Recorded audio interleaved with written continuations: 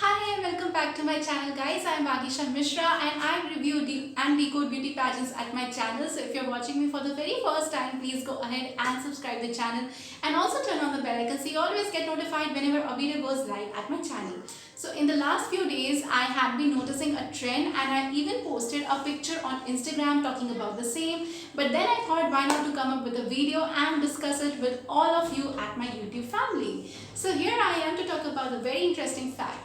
So in the past few days, I have been noticing a trend which is very much, ongoing and consistent when we talk about both Miss World and Miss Universe pageant.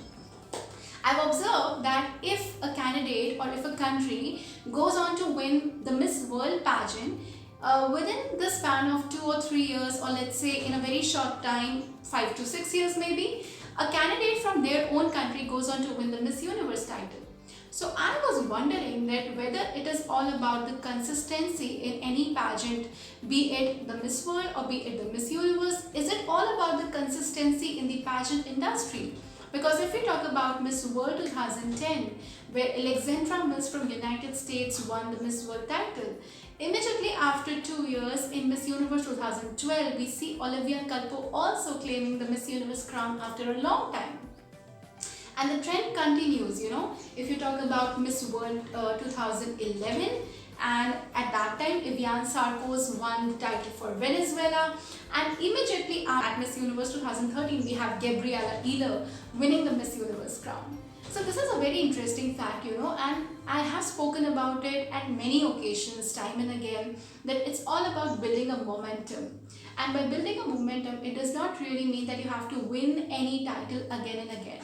But even if you talk about, India, although Miss Supranational pageant is a relatively new pageant, but if you talk about India, I think India has won many crowns in the span of 7 to 8 years after Natasha Grover has taken over Femina Miss India organization and Miss Diva organization as the national director.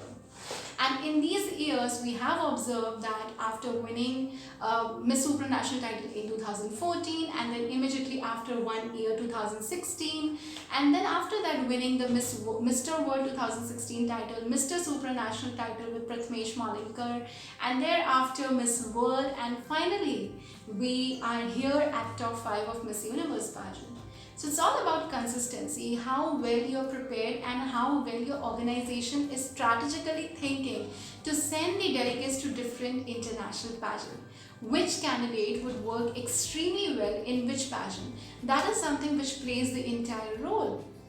And if we observe this trend, it has been very consistent not only in terms of India or any other country particularly, but for almost all the countries who have been doing extremely well in pageant industry since last 7 to 8 years.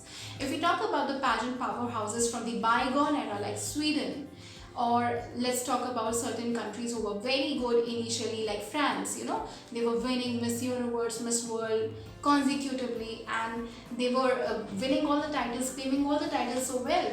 But now when we talk about these countries, they are not doing as good as they were doing in the past. The same thing happens, like the pageant era, it just evolves over a period of time. And if we observe the last 10 years, the decade, we see that United States of America, Brazil, Mexico, and then we have Puerto Rico, we have South Africa, Philippines, how can we forget that? And even Thailand for that matter, how they're consecutively placing, Indonesia, and these are the few countries whose name we often hear at many of the pageants. It's not only about Miss Universe or Miss World, about any other pageant like Miss Grand International, Miss Supranational, Miss Earth. We see these countries doing relatively well than many of the European countries. So why is it possible? It's all about consistency, I believe. It's all about how much power you can create with your impact when you step forward in any pageant. So if we observe Miss World 2013, and it has to be one of my favorite editions of Miss World, when Megan Young became the very first woman from Philippines to claim the title. Very soon, we also observed that this was the period where many of the Filipino candidates, they were placing into top 5 of Miss Universe again and again consecutively. It all began with Venus Raj in Miss Universe 2010. And after that, we see that the consecutive placements for Philippines in top 5 was very consistent. And after Megan Young won the Miss World title for the Philippines for the very first time, and the kind of response she garnered after her victory, it was somewhere, a kind of belief to Miss Universe organization that if they crown Philippines for a very long time, like I think Pia Alonso Wurzbach won the Miss Universe crown for Philippines after 42 years. So if they are going to crown Philippines after 42 years, imagine the kind of response they'll get. And considering that Philippines is a Miss Universe crazy kind of nation, they are very ardent followers of Miss Universe pageant, and that exactly happened in 2015 when Pia won Miss Universe. Again, we see the consistency, and it was not over with Pia. The consistency was there. We saw Maria Mika Maxine Medina in 2016. Then we also witnessed many of the other candidates who did extremely well at the pageant and continued the placement streak for Philippines. And finally in 2018, when they again sent a power-packed candidate like Catriona Gray, she ended up winning the Miss Universe crown. The same thing happened with South Africa as well, when they sent a beautiful candidate to Miss World 2014 with Rolene Strauss. Rolene was so talented and so beautiful and so relatable that we all were fan of her right from the day one of the pageant. And immediately when she won the crown in the finale, it did not come as a surprise at all. We all knew that she is going to claim the world. And very soon, after the span of 3 years, we saw Demi Leigh Peters, who was equally good in terms of national pageant. When we observe a national pageant, she was very well in that.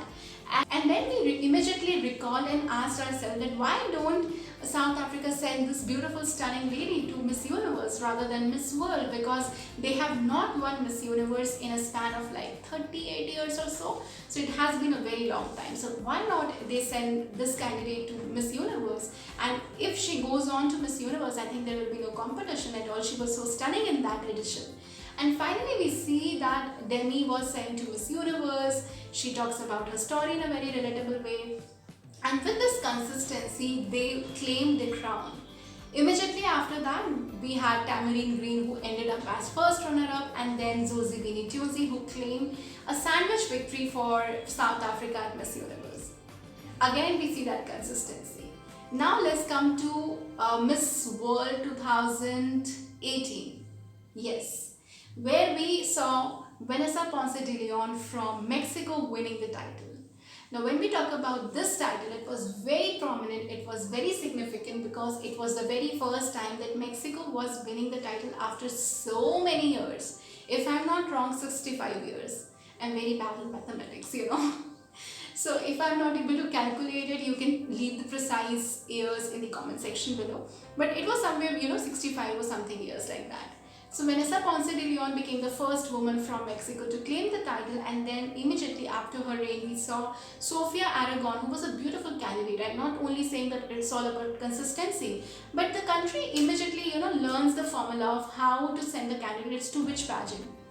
We saw Sofia Aragon doing extremely well at Miss Universe, and then she also had a beautiful success. Andrea Meza, who was also a part of Miss World pageant, and then she ended up winning the title. So in that sense, we can see the consistency being consistent throughout the pageant. If we talk about Puerto Rico, I think Puerto Rico also stunned us with beautiful, amazing performance.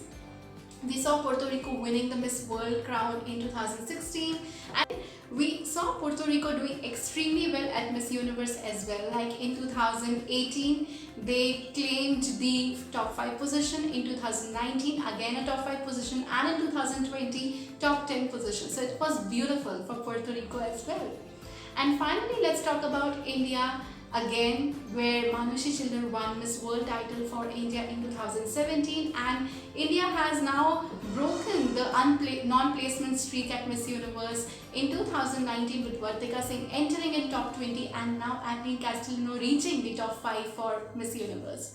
So in that sense, can it be predicted that India is going to win its next Miss Universe crown in this decade? Do let me know in the comment section what do you think about it, and do you really think that the consistency